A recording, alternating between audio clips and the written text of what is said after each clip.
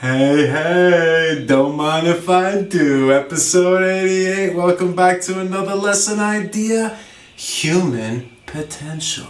The limits of human potential. That's right, Trailblazers. Welcome back. I'm not a CSL Trailblazer, and this week that topic is my focus, and you must be wondering, what is that about? Well, it's not in a course book, it's fresh, it's new, it just came up in one of my lessons and I ran with it and I couldn't help myself. I wanted to share this with other teachers or learners out there because there's a lot of great themes within this topic that you can talk about with your students. I will share some tips, some ideas, questions that you can use to springboard the conversation and get your students talking about this topic.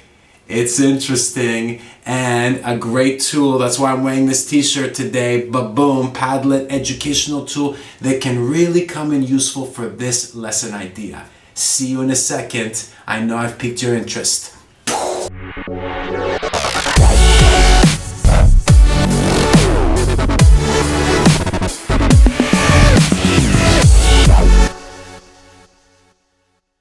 Alright, welcome back. Let's get started. Remember, you can find some of the stuff on the lesson ideas that I share with you in the link below, or sign up for that newsletter that I release with all the updates, teacher ideas, lesson ideas, tips, the videos, and the blog. Alright, up to you. Freshen up. Let's get started. So without further ado, get this topic started with a quote. I've got one in my notes right in front of me. Not all classrooms have four walls. I love it. It's related to lessons and being a teacher, and this gets them thinking about what the topic might be in your lesson about exploration, and maybe not space exploration, which is what most books cover, but the human potential element of exploration, okay? So you can start by asking students which challenges we face. We have physical ones and we have mental ones. And which ones do they think are the more difficult ones, the physical or the mental?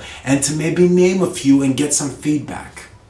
Once you've done that, which should create quite a nice discussion to get you started, you can ask them to brainstorm examples of humans trying to reach their potential or the limits of human potential. You know, you can phrase it however you like to make sure it's clear for your students to write down. And here, get them maybe to say what made their achievement so difficult, and why do they think that they did that, and what allows us to be able to do that in the 21st century, 2020.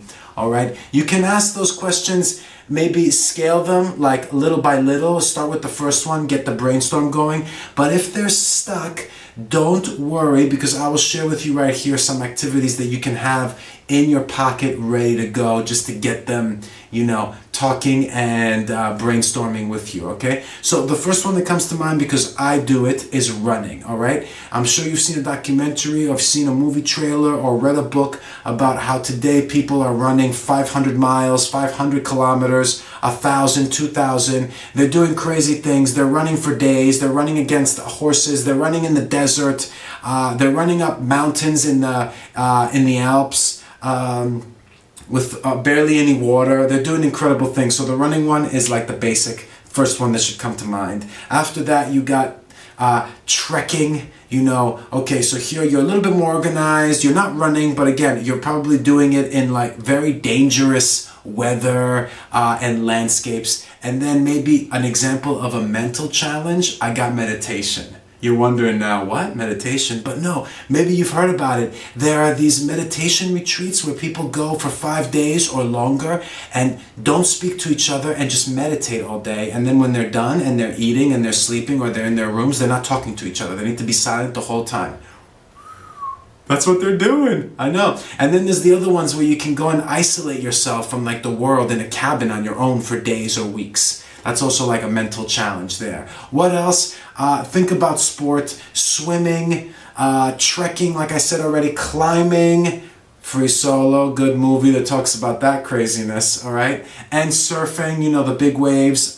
You can come up with more examples. Those are the ones I have for you now, all right? So from there, get your students to talk about what are the reasons people are undertaking such dangerous or challenging, I don't know, tasks or whatever you want to call them. Yeah, tasks. Let's go with that, okay? Get feedback on the reasons. I can give you some: adrenaline rush, sense of danger, escapism from maybe the real world because it's so safe, the world we live in now. That might create a discussion. And then, I don't know, recognition or fame. That might be another one in the Instagram culture we live in, all right? And then get them talking about what makes the challenges that they undertake so incredible. So no oxygen, without stopping, without help, unassisted, being the fastest or doing it the longest. All right, and then you can follow that up with technology being a major factor in all of this.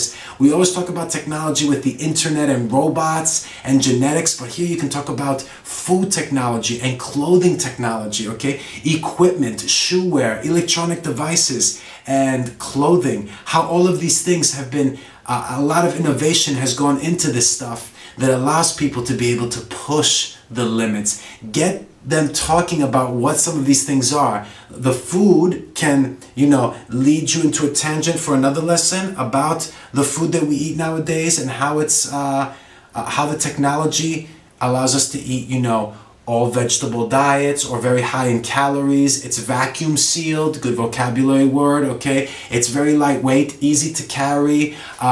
It has all the necessary nutrients or ingredients that your body needs in order to sustain a long journey or physical exercise. So all of that is great language surrounding the technology and physical exertion.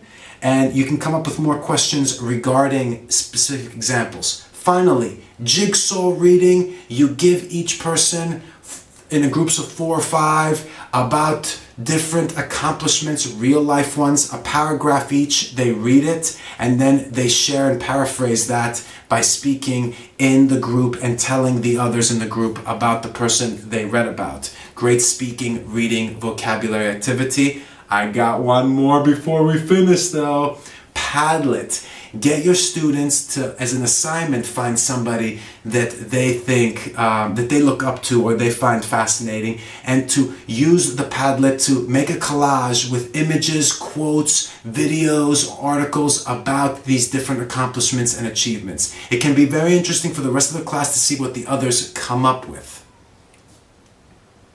We're done here. See you next week for another episode. Thank you for tuning in. Your viewership matters. Take care, make sure you share, and I'll see you back for another episode.